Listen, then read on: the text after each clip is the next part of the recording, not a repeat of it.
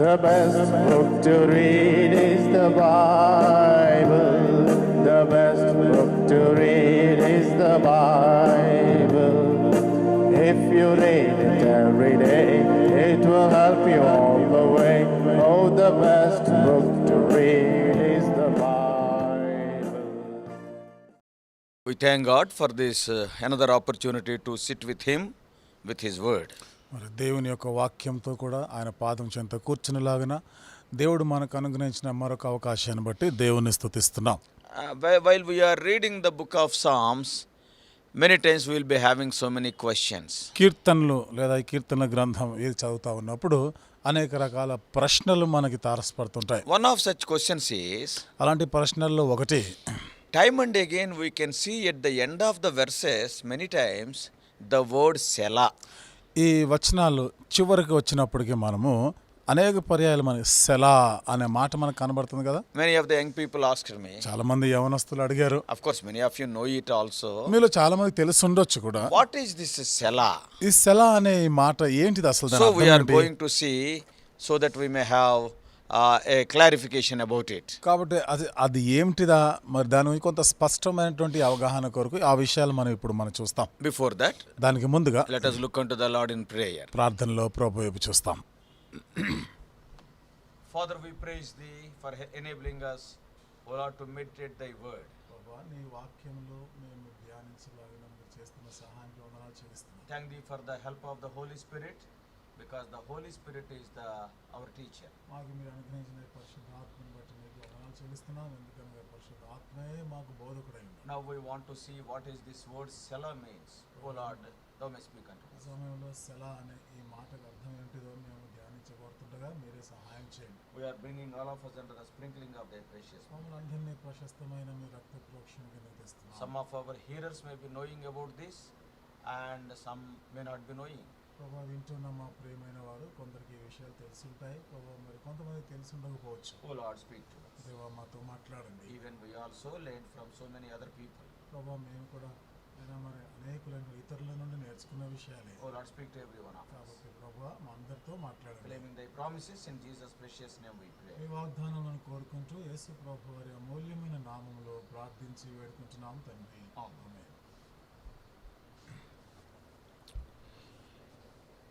Psalm 3. మూడవ కీర్తన. Because for the first time this word Selah is mentioned here. ఎందుకనగా సెలా అనే ఈ మాట మొట్టమొదటిసారిగా ప్రస్తావనకు వచ్చింది. And Psalm 3 verse 2. కీర్తనలు 3 రెండవ వచనం. Many there be which say of my soul, there is no help for him in God, Selah. దేవుని వలన అతనికి రక్షణ ఏమీ దొరకదని నన్ను గూర్చి చెప్పువారు అనేకులు అని అక్కడ సెలా అని రాశారు. When we read the book of Psalms, మనం ఈ కీర్తనల ఈ గ్రంథాన్ని మనం చదువుతా ఉంటే we come across this word Selah often, either at the end of the verse and in some of the places even in the middle of the verse also. సెలా అనేటువంటి ఈ మాట, ఈ పదము అనేక సార్లు మనకు కనబడతా ఉంటుంది. అది వచనం ముగింపులో కానీ కొన్నిసార్లు వచనం మధ్యలో కూడా ఉంటుంది. Selah is a Hebrew word. సెలా అనే ఈ మాట హెబ్రీ పదం. In the New Testament we cannot see Selah.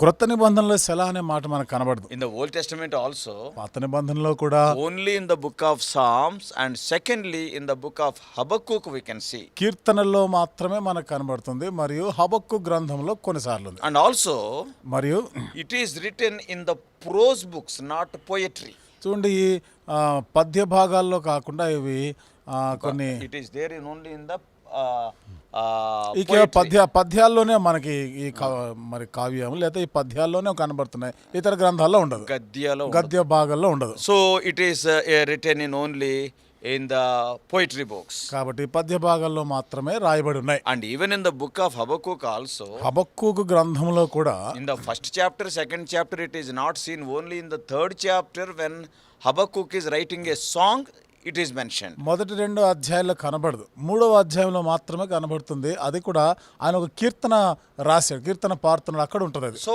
in chapter 3 of Habakkuk, కాబట్టి హబక్కు గ్రంథం 3వ అధ్యాయంలో in verse 3, 9, 13, 3 times it is mentioned. 3వ వచనము, 9వ వచనం 13వ వచనం 3 పర్యాయాలు ప్రస్తావనకు వచ్చింది. So here, from this we can understand, దీని నుండి ఇక్కడ మనం గ్రహించేది it is a music related word.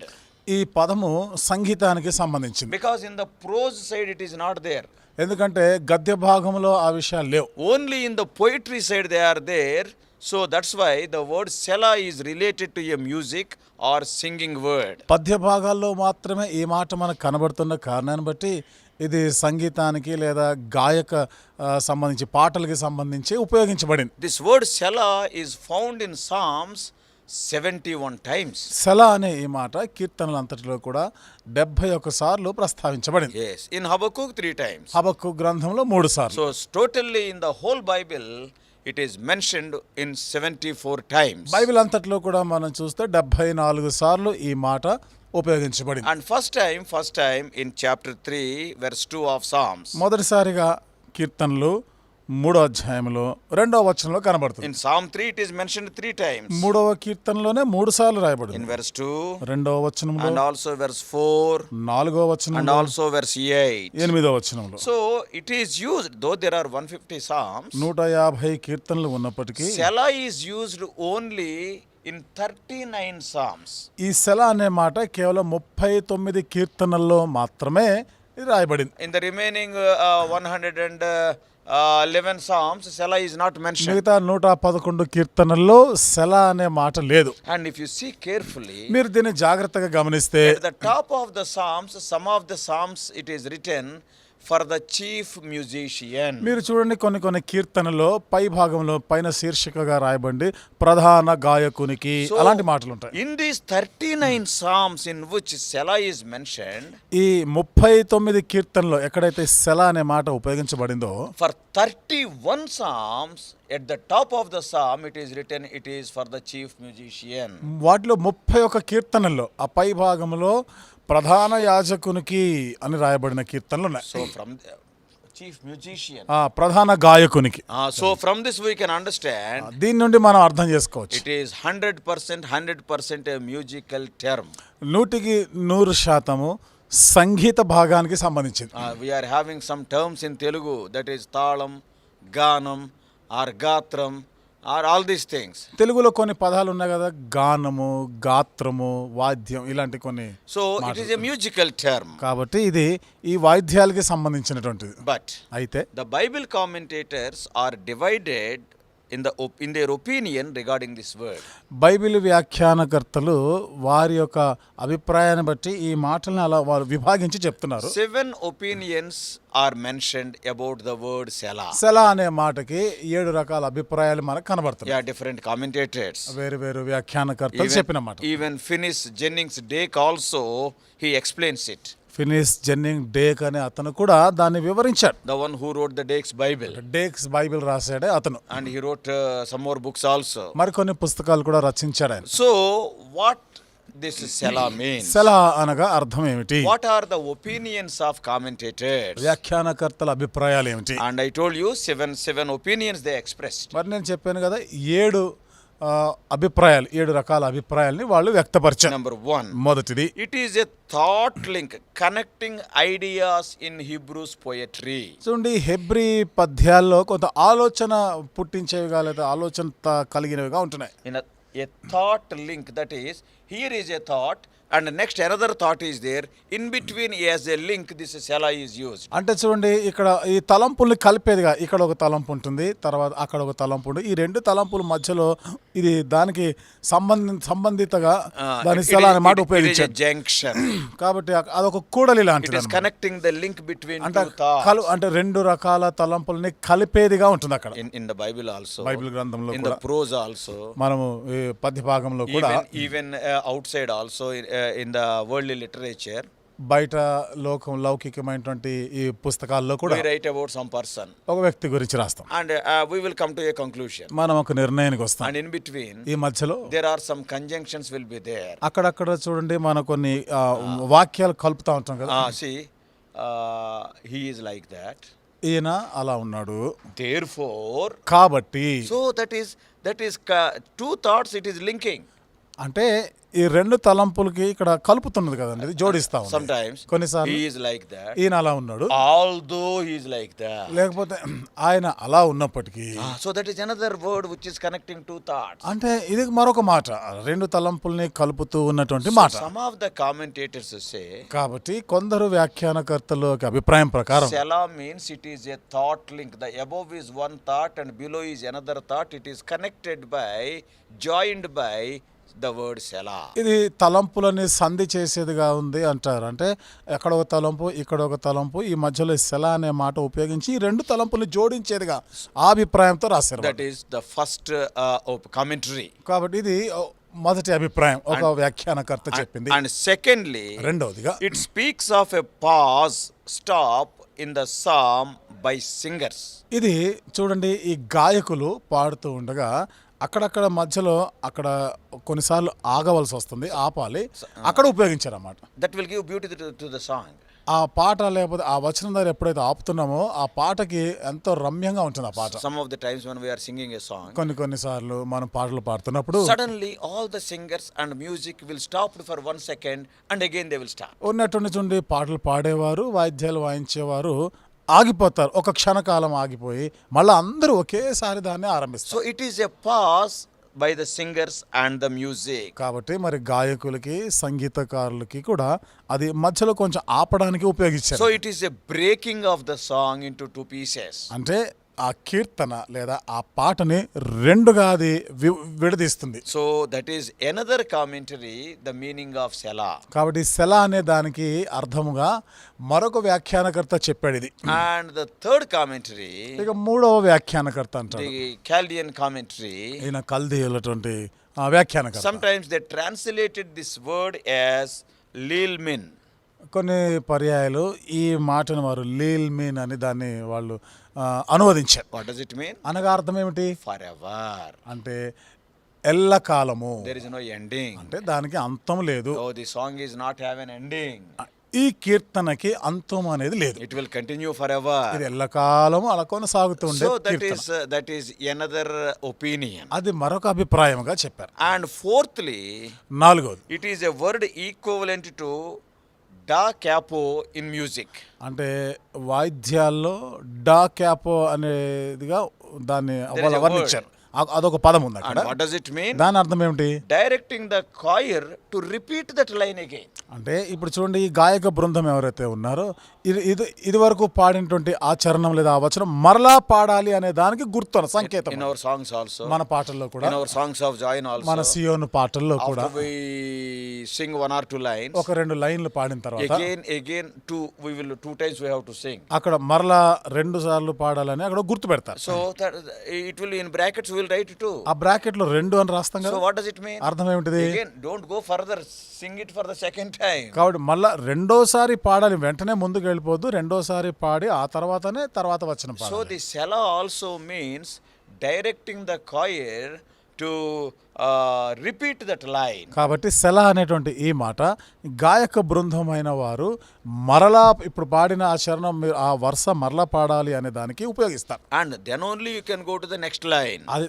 తర్వాతే మళ్ళీ తర్వాత లైన్ లోకి మీరు వెళ్ళాలి So అని. before preparing to enter into the second stanza, second paragraph, you read it again or you sing it again. రెండవ చరణం ఆరంభించేదానికి ముందు, రెండో వచనాన్ని ఆరంభించేదానికి ముందుగా మరలా మొదటిది ఇదివరకు పాడిందే, ఇదివరకు చదివిందే మరలా పాడాలి అని అర్థం. Sometimes it happens in our we can see in every song in our song book. కానీ మన పాటల పుస్తకాల్లో ఇంచుమించు అన్ని పాటల్లో ఆ మాట ఉంటుంది, అది ఉంటుంది మనకి. Sometimes if you have to repeat the same line, it will be marked. కొన్నిసార్లు చూడండి, ఈ వరుస 2 సార్లు పాడాలని 2 అని రాసి పెడతారు. And after the stanza is over, ఆ చరణం అయిపోయిన తర్వాత at the end we will put the chorus name. ఆ చివరిలో మనం ఏమైనా పల్లవిలో ఉన్నటువంటి ఆ మాట రాస్తాం అక్కడ. So that we may go to the chorus. The అంటే stanza is over. మళ్ళా ఈ చరణం అయిపోయింది, మళ్ళా పల్లవి పాడాలి అని అర్థం. So before going to the next stanza, you have to go like that, you have to repeat. అనగా ఈ చరణం అయిపోయింది, తర్వాత చరణం పాడే ముందు మళ్ళీ పల్లవి పాడాలి అని దాన్ని చూపిస్తుంది. So it is a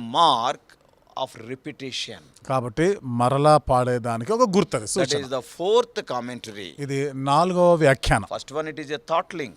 మొదటిదేమో ఒక్కొక్క తలంపుని జోడిస్తున్నది. Secondly, it is a pause by the singers for a second and then continue. రెండో అర్థమేమో పాడుతూ ఉన్నవారు వాయించేవారు కూడా ఒక క్షణం అక్కడ ఆగి మరలా మీరు అందుకోవాలి, మళ్ళీ ఆరంభించాలి అనే దానికి గుర్తుగా. And the third thing is, it is a forever song. That is, you cannot stop it. మూడవ అర్థం ఏమన్నారంటే ఎల్లకాలము పాడి కొనసాగుతుంది, దీనికి అంతం లేదు, ఆపకూడదు అని అర్థం. And fourthly, we have seen, as we see in our songs of Zion, etc., either to repeat that line or after the stanza going to the chorus again.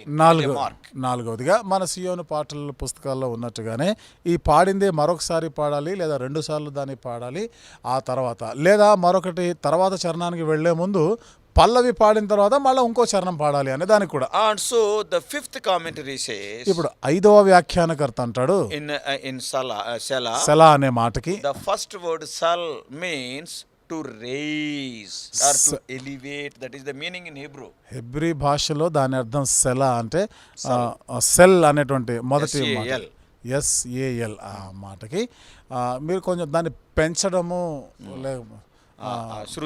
శృతిని పెంచడము అది అర్థమిస్తుంది. To elevate the singing. అంటే ఈ పాట శృతిని పెంచడం. So when you see that word సెలా అనే ఆ మాట మనం చదివినప్పుడు చూసినప్పుడు the voices of the singers must be raised or elevated in their pitch. ఈ గాయక బృందమైన వారు అప్పుడు ప్రస్తుతం పాడుతున్నటువంటి ఆ పాటని కొంచెం శృతిని పెంచి పాడాలి. Oh, when the keyboard players or even the guitarists, they will be telling A, B, C, D like that. Something raising like that. చూడండి, కీబోర్డు ఈ గిటార్ వాయించేవారు వాళ్ళు కొన్ని గుర్తులు పెడతారు, ఏ అని, BCD అని అట్లా పెంచుతూ వెళ్ళాలి కదా, అలాంటి అర్థం ఇచ్చేది అనమాట. And now that is the fifth commentary. ఇది 5వ వ్యాఖ్యానకర్త చెప్పిన మాట. Yes, to have a clarity we are seeing this. మరి దీని గురించి తెలుసుకోవడానికి అసలు ఎందుకు అది రాశారా తెలుసుకోవడానికే మన స్పష్టమైన అవగాహన కొరకే ఈ మాటలు చెప్పుకుంటాం. Many people they have questioned also. చాలా మంది ప్రశ్నించారు కూడా, అడిగారు only to know it. ఇది కేవలం తెలుసుకోవడానికి మాత్రమే. And the sixth thing is, ఇప్పుడు 6వ సంగతి, the word Selah actually means to spread out also. సెలా అనే మాట వాస్తవమైనటువంటి అర్థం ఏమిటంటే దానిని మనము విస్తరింపచేయాలి అనే అర్థం. In other words, మరో మాటలో చెప్పాలంటే, yes, this subject in this particular 1 or 2 lines, it must be meditated by the reader more and more, deeper and deeper. ఈ 1-2 వరుసల్లో ఈ వచనాల్లో రాయబడినటువంటి ఈ సంగతులు ఈ చదువులు ఈ ధ్యానిస్తున్నటువంటి ఆ వ్యక్తి దాన్ని ఇంకా విస్తృతంగా చదవాలి, దాన్ని ధ్యానించాలి అని అర్థమిస్తుంది. In other words, మరో మాటలో చెప్పాలంటే it is a very important portion. అనగా ఈ భాగము చాలా ప్రాముఖ్యమైనది అని చెప్తారు. Yes, when the reader is asked to read and meditate time and again and deeper means there is much treasure in that. చదువుతున్నవాడు ఇంకా ఎక్కువగా అధికంగా నువ్వు దాన్ని చదవాలి, విస్తారంగా చదవాలంటే అందులో ఎంతో ఐశ్వర్యం ఉంది అని అర్థం. And seventhly, 7వది, a similar thing what I have explained earlier. ఇంతకుముందు నేను చెప్పినట్లుగానే It is a word denoting the instrumental interlude. That is, see, the singer is singing, suddenly the instruments will be joining at that particular moment. చూడండి, గాయకుడు పాట పాడుతూ ఉన్నాడు, ఆ క్షణంలో ఉన్నటువంటి మధ్యలో వాయిద్యం వాయించేవారు వాళ్ళ వాయిద్యాలు ఆరంభిస్తూ ఉంటారు. The music master, the choir master, what he will do? చూడండి, ఆ choir master ఉంటాడే, ఆయన ఏం చేస్తూ ఉంటారు? First of all, the people will be singing at some level. చూడండి, పాడేవారు ఒక స్థాయిలో పాడుతూ ఉండగా suddenly he will ask them some instruments to join. వెంటనే మధ్యలో కొంతమంది వాయిద్యాలు వాయించేవారు మీరు కూడా వారితో చేరాలి, కలుసుకోండి అని కొన్ని సూచనలు ఇస్తారు. So that the song will be having louder voice, and because of the music makes it possible as a louder accompaniment. కాబట్టి ఆ పాట పాడుతుండగా దాని ఇంకా స్వరము లేదా శృతి ఇంకా అది పెరుగుతూ ఉంటుంది. వాయిద్యాల కారణాన్ని బట్టి ఈ పాట యొక్క శబ్దం కూడా పెరుగుతుంది. Sometimes he will ask the singers to low down their voice, and the cymbals and the trumpets that will be increasing. కొన్నిసార్లు చూడండి, పాడుతున్న వారి స్వరం మీరు తగ్గించండి అని చెప్పి ఇక్కడ బూర శబ్దాలు లేకపోతే ఇంకా కొన్ని వాయిద్యాలు ఉన్నాయి, వాటి శబ్దం పెంచండి అని సూచనలు. Sometimes in our songs also, కొన్నిసార్లు మన పాటల్లో కూడా after finishing the first line, మొదటి లైన్ అయిపోయిన తర్వాత before starting the second line, రెండో వర్షం మనం ఆరంభించదని in ముందుగా between no human voice will be there, only music will be there. ఆ రెండింటి మధ్యలో చూడండి మనం పాడేటువంటి స్వరాలు రావు కానీ వాయిద్య స్వరం వస్తుంది అక్కడ. So see, for music, వాయిద్య సంగీతం, and it will be louder. అది దాని స్వరం పెంచుతాం. So when the Selah is there, the voices can come down, and this is another commentary. కాబట్టి సెలా అనే మాటకి మరొక వ్యాఖ్యానకర్త ఆయన వ్యాఖ్యానించాడు ఈ విధంగా దాని అభిప్రాయాన్ని వ్యక్తం చేశాడు. అలా మీరు సంగీతాన్ని పెంచాలి అని దానికి. They are all godly people. వాళ్ళందరూ కూడా దైవభక్తి గల వాళ్ళే. They wrote commentaries. వాళ్ళు ఎన్నో వ్యాఖ్యానాలు కూడా According to the understanding what they got, they have written, and we are just telling the same thing. వారి యొక్క గ్రహింపుని బట్టి వాళ్ళు ఏ విధంగా అర్థం చేసుకున్నారో మనకు చెప్తున్నారు. ఆ విషయాలు మనం ఇక్కడ చెప్పుకుంటున్నాం. And the New American Standard Hebrew Lexicon tells, new American standard lexicon వాళ్ళు ఏమంటారంటే, yes, the Selah means to lift up, to exalt. That is the meaning. సెలా అంటే మనము హెచ్చించాలి అని అర్థం ఇచ్చేది. As I already- పైకి లేవనెత్తాలి They approved like that. అంటే ఆ విధంగా వాళ్ళు దాన్ని ఆమోదించారు. And what does it mean? దాని అర్థం ఏమిటి? As I just now explained, ఇప్పుడే మనం చెప్పినట్టుగా it is a time of pause, stopping for the singers, and while the instruments only perform alone. ఇక్కడ పాడుతూ ఉన్నవారు ఆగిపోవాలి, వారి స్వరాలను తగ్గించేయాలి. అక్కడ నుండి వాయిద్యాలు వాయించేవారు వాళ్ళ శబ్దం వాళ్ళ స్వరాల్ని పెంచాలి. So in between line and line, the music.